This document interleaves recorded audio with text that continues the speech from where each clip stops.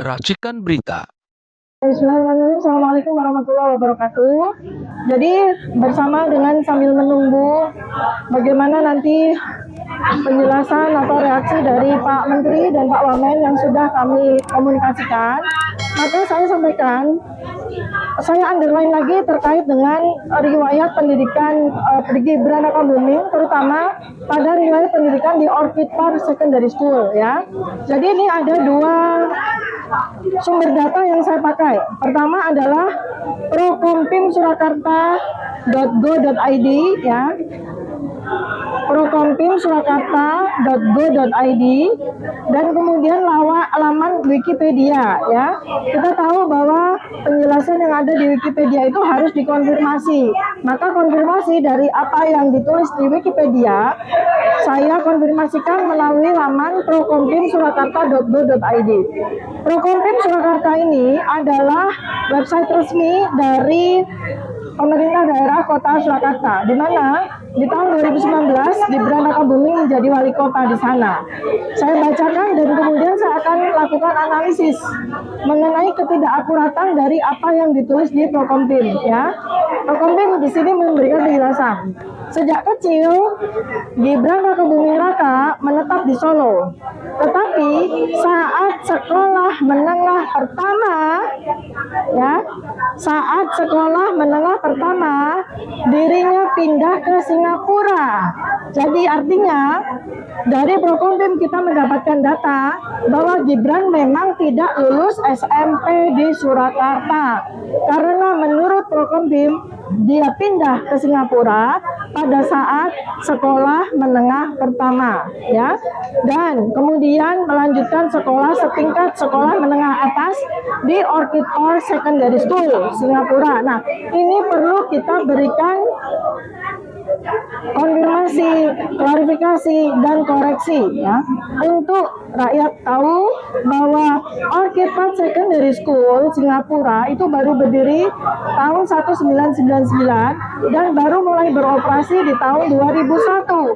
Artinya apa? Artinya bahwa di tahun 2001 dia baru memiliki satu level kelas, yaitu kelas 1 SMP.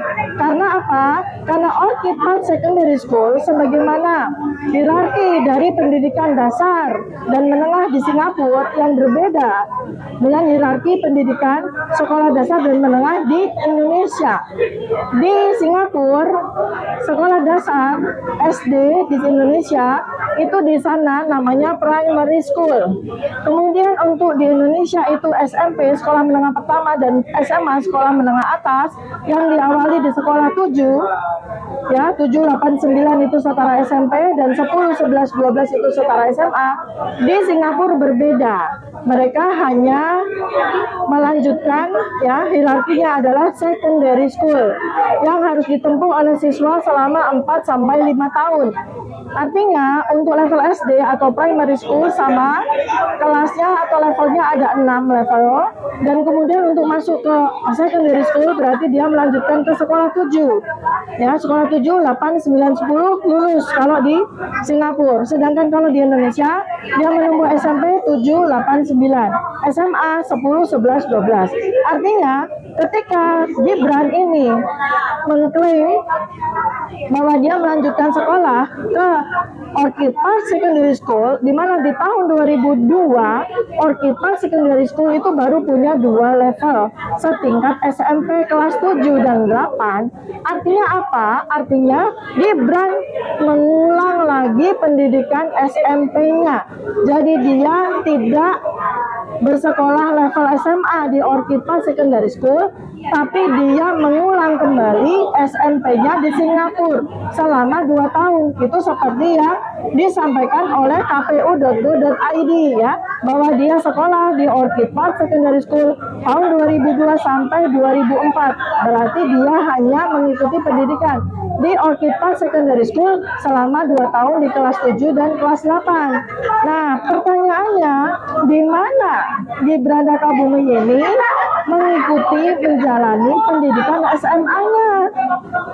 Karena pendidikan SMA-nya sama sekali tidak ada record, baik yang disampaikan di Prokompim, baik yang disampaikan di Wikipedia maupun yang disampaikan oleh KPU. Karena apa yang disampaikan oleh KPU dan Kementerian Setnek juga Sekretaris Negara itu adalah pembohongan publik, ya, bahwa Gibran itu tidak pernah bersekolah SMA di Orchid Park Secondary School tahun 2002 sampai 2004 karena sekolah itu tidak menyediakan kelas 10, 11, 12, tidak ada di sana. Yang ada di sana baru kelas 7 dan kelas 8, artinya selevel SMP. Kemudian di halaman KPU, ya, ini pasti berdasarkan informasi yang diberikan oleh Gibran, dia kemudian SMA lagi di UTS Insert Sydney. Berapa lama? 3 tahun, 2004 sampai 2007. Ini jelas pembohongan publik. Kenapa? Karena UTS Insert Sydney ini bukan SMA, ini adalah lembaga kursus. Dan apabila Gibran memang betul-betul mengikuti kursus UTS Insert di Sydney, dia hanya mengikutinya sesuai dengan kurikulumnya, sesuai dengan programnya, hanya berlangsung selama 6 bulan sampai 9 bulan, bukan berlangsung selama 3 tahun. Jadi ini area-area seperti ini secara data sudah jelas KPU melakukan pembohongan publik. Kementerian Sekretaris Negara juga melakukan pembohongan publik. Dan yang terakhir adalah Dirjen Pendidikan Dasar dan Menengah juga melakukan pembohongan publik karena berani menyetarakan kursus, ya, UTS Insert Sydney itu disetarakan dengan SMK jurusan akuntansi kelas 12. Jelas itu pembohongan publik, ya. Nah, itu yang saat ini kami sedang melakukan pengumpulan data dan klarifikasi di Kementerian Pendidikan dan Kebudayaan, ya, Pendidikan Dasar dan Menengah. Nah, kami sedang melakukan pengumpulan data, kami sedang melakukan klarifikasi, dan kami sedang melakukan permintaan data primer, yaitu kepada menteri, kepada wakil menteri, dan kepada pejabat terkait, yaitu dirjen, ya.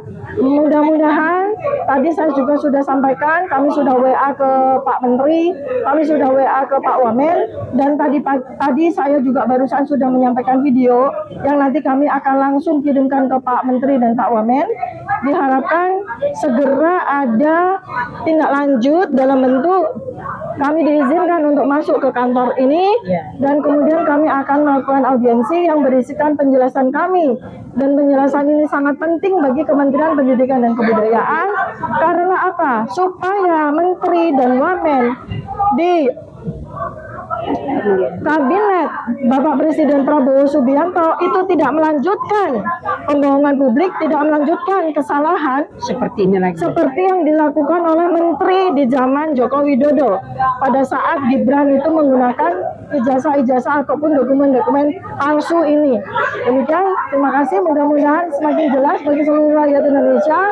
Sekali lagi kami sedang melakukan penelitian, kami sedang melakukan pengumpulan data, kami sedang melakukan audiensi untuk mendapatkan data-data primer. Sama sekali kami tidak melakukan pencemaran nama baik maupun fitnah. Terima kasih. Assalamualaikum warahmatullahi wabarakatuh. Waalaikumsalam.